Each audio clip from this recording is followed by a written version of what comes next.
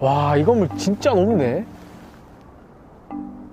형, 이 건물이 한국에서 제일 높고 세계에서 5번째 높은 건물이에요. 아, 진짜? 근데 이렇게 높은 건물은 안 무너지나? 아, 그거는 걱정 안 하셔도 돼요. 건물 밑에 기초가 튼튼하게 지지하고 있기 때문에 무너질 일이 없어요. 아, 그래? 근데 기초가 뭔데? 아, 그건 지금부터 제가 자세하게 설명해 드릴 테니까 딱 5분만 집중해서 들어봐.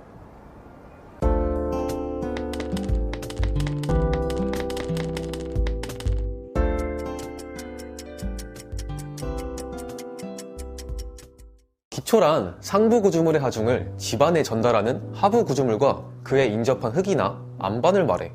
구조물이나 집안의 특징에 따라 기초의 종류도 다양하게 사용되는데 크게 얕은 기초와 깊은 기초로 구분할 수 있어. 먼저 얕은 기초는 양질의 지지층이 쉬표면에 가까이에 있을 때 사용하는 것인데 크게 확대 기초, 전면 기초로 나뉘게 되지.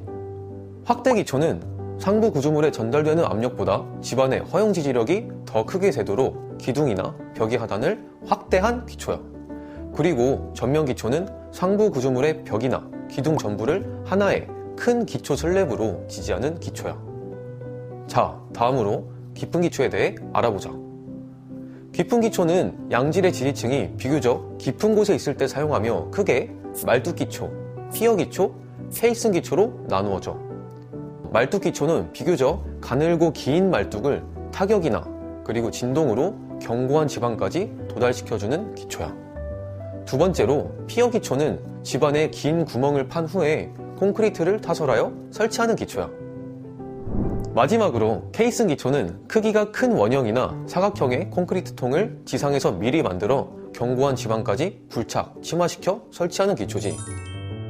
지금까지 기초의 종류에 대해 알아보았는데 다음으로 기초 설계 과정에 대해 설명해 줄게. 국토교통부에서 2016년에 발표한 구조물 설계 기준에서 기초 설계 시 기초의 지지력과 침하에 대해 검토를 해야 한다고 나와 있어. 먼저 여기서 말하는 지지력은 기초가 상부 구조물에서 받을 수 있는 압력의 정도를 말하고 극한 지지력은 최대로 받을 수 있는 압력이야. 우리가 지방공학 시간에 배운 극한 지지력 공식인 헤르자이 공식과 메이어로프 공식이 바로 이것이지. 깊은 기초의 극한 지지력은 더 복잡한데 기초의 선단으로 지지하는 선단 지지력과 기초의 주면으로 지지하는 마찰 지지력을 따로 구한 후 합해야 기초의 지지력을 구할 수 있어.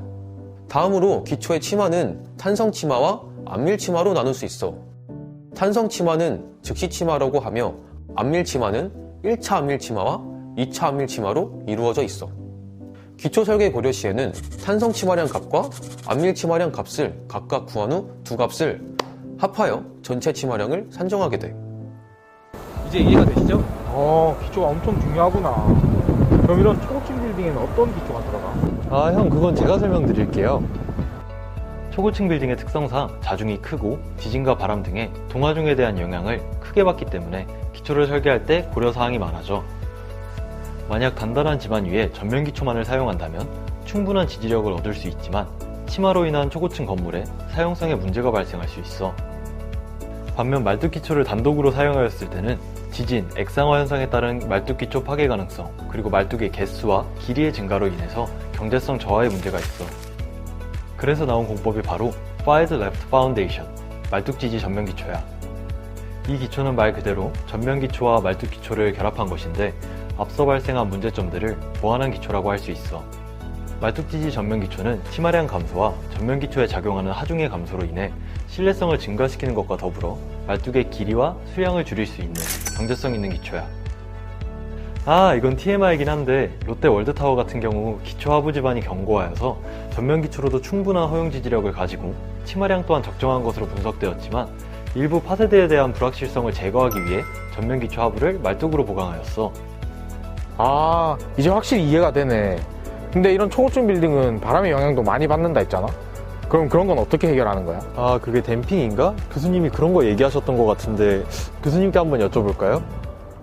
초고층 건물에 댐퍼가 필요한 이유는 아무래도 초고층 건물이 진동에 좀 취약하기 때문입니다. 초고층 건물은 이제 딱 봐도 알 수 있다시피 굉장히 길고 굉장히 유연한데 그러다 보니까 강성이 낮고 그로 인해서 고유 진동수가 낮고 이제 감쇄비가 낮다는 특징을 가지게 됩니다. 그러다 보니까 이제 다양한 진동이 취약한데 특별히 이제 와류 진동이라고 하는 바람에 의한 진동이 굉장히 취약해질 수밖에 없습니다. 와류 진동은 공진인데 그 공진이 발생하는 풍속이 아무래도 고유 진동수가 낮다 보니까 일상적인 풍속에서도 와류 진동이 발생할 수가 있고 동시에 이제 감소비가 낮다 보니까 그런 공진 시의 진폭이 굉장히 커질 수밖에 없습니다. 그래서 사용자들로 하여금 시각적으로나 어떤 그 실제로 느끼는 진동 사용성에서의 불편이 나타나게 되고 이를 재진하기 위해서 즉 진동의 레벨을 좀 컨트롤하기 위해서 댐퍼를 설치합니다. 자, 이제 기초에 대해 쉽게 이해가 되지. 이런 초고층 건물 속에도 토목 기술이 적용되어 있어. 특히 우리나라의 초고층 건물 시공 기술은 전 세계에서 인정받을 정도야.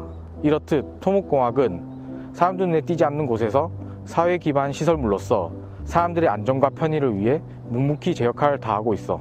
우리 토목공학 후배님들도 자부심을 가지고 열심히 공부해서 토목공학의 기초가 되길 바래. 그럼 안녕.